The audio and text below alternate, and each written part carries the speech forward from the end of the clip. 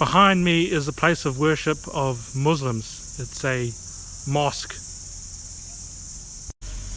And believe it or not, next door to that mosque is a church. Two different worldviews, two very different places of spiritual development side by side next to each other. A Muslim mosque and a Christian church.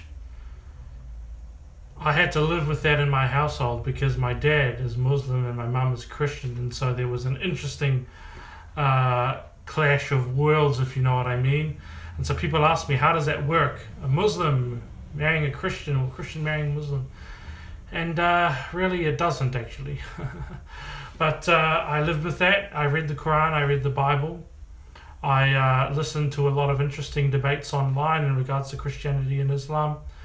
And what really got me was the fact that a lot of the time in the Quran, when it mentions Moses, when it mentions Noah, it doesn't have the full story, but it's referencing the story. And where's it referencing it from? It's referencing it from the Bible. And so the Quran is very much dependent on the Bible. Otherwise, if there's no Bible, you'll just hear these names of these people with half-written stories. But the Bible is... I found it to be a complete revelation with all the information that's needed to understand these people, these prophets and so on and so forth. And so with the Quran being dependent on the Bible and me delving into the Bible more, I decided to study it more. And I was very interested in the prophecies of the Bible, but that's skipping ahead of the story. So I was sitting at home watching TV, and my mum came in with a flyer. It said First Light, Channel 26 on it. So I went to Channel 26 and I began watching. And I watched a lot of interesting things to do with the Bible.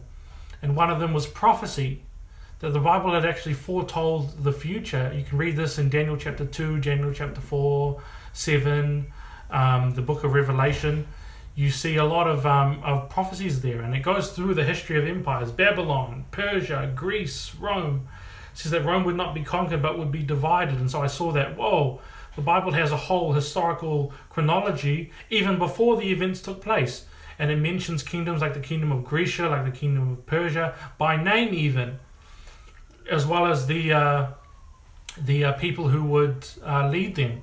And so I thought, wow, this is a very powerful book that's even referencing history. I've mentioned the fact that the Quran is very much dependent on the Bible. I mentioned the fact that the Bible outlines a remarkable history: Babylon, Persia, Greece, Rome, and the dividing of Rome. At the end of the day, all these things have occurred. Nations rise and nations fall, kingdoms come and kingdoms go, but ultimately the Bible is about a revelation of Jesus Christ. At the end of the day, he is coming to establish an everlasting kingdom that will not perish, and all who believe in him will have eternal life. That is according to the prophecies. And so many Muslims are coming to faith in the Bible by simply reading the Bible. And so my encouragement to Muslims and anyone out there is to simply read the Bible for yourself. The Bible is not dependent on any other book, but itself is a primary source, recording the events that actually and literally took place. Jesus Christ is the same yesterday, today, and forever. He came down into our space to teach us things from above so that we may implement it here below. Thy kingdom come, thy will be done on earth as it is in heaven. And how can we know heaven's will without someone being sent to guide us?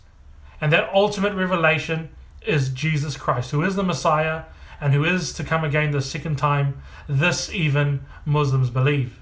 Read the Bible for yourself and be informed.